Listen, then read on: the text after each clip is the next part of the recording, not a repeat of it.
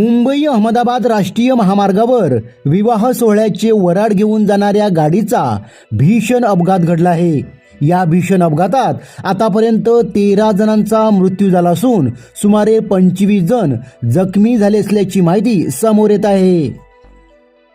या घटनेबाबत मिळालेल्या माहितीनुसार डहाणू तालुक्यातील बापूगाव येथून धानिवरी येथील खडकीपाडा भागात एका साखरपुड्याच्या कार्यक्रमासाठी आयशर टेम्पोमध्ये वऱ्हाड निघाले होते। आयशर ट्रकमध्ये क्षमतेपेक्षा जास्त म्हणजेच 100हून अधिक वऱ्हाडी प्रवास करत होते।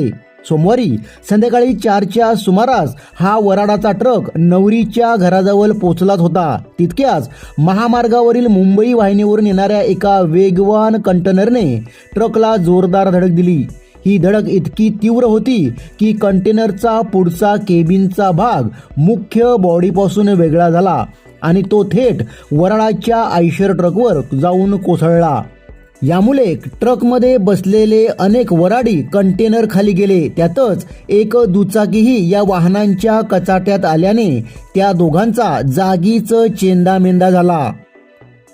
या एकूणच अपघातात आतापर्यंत 13 जणांचा मृत्यू झाला आहे, तर सुमारे 25 जण जखमी झाल्याची माहिती मिळत आहे। दरम्यान मृत्यूचा आकडा वाढण्याची भीती व्यक्त केली जात आहे। मृतांमध्ये महिला आणि लहान मुलांचाही समावेश आहे।